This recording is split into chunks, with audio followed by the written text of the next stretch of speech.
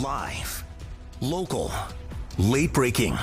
WVTM 13 News at 6:30 starts now. Thanks for staying with us at 6:30. I'm Guy Rawlings. And I'm Sherry Falk. Suicide is the second leading cause of death among young people in Alabama. Yeah, too many families left wondering if they could have done more to help. WVTM 13's Chip Scarborough is live in Birmingham tonight to explain why it's an issue that touches every single person. Chip?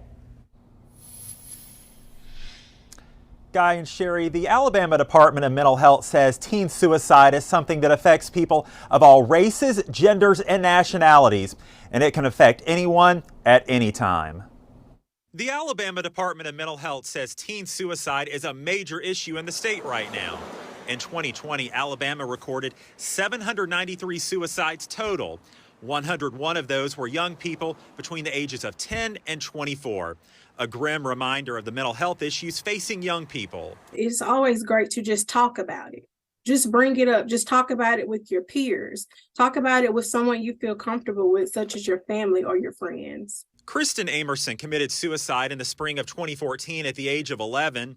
Her brother has since started a foundation in her memory, raising awareness about the issue of youth suicide and providing resources aimed at improving mental health. I solely believe in being proactive. So I think we need to have more conversations with our children about, what suicide is, how to recognize the warning signs of suicide, and how to intervene with someone that's dealing with an issue or that may be in crisis. Michaela Moore Harris is executive director of Fine Arts Find Life, an organization aimed at providing an actual space for other agencies to reach young people to address things like mental health and suicide. An activity, an event where teens could have a great time.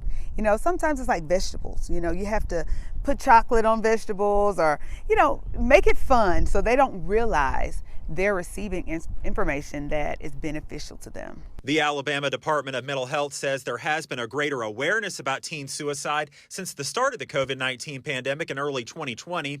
At the same time, those early months really took a toll. During the pandemic, we had many individuals to have to self-isolate.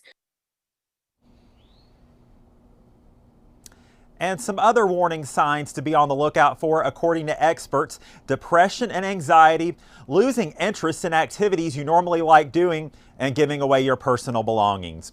Live in Birmingham tonight, Chip Scarborough, WVTM 13.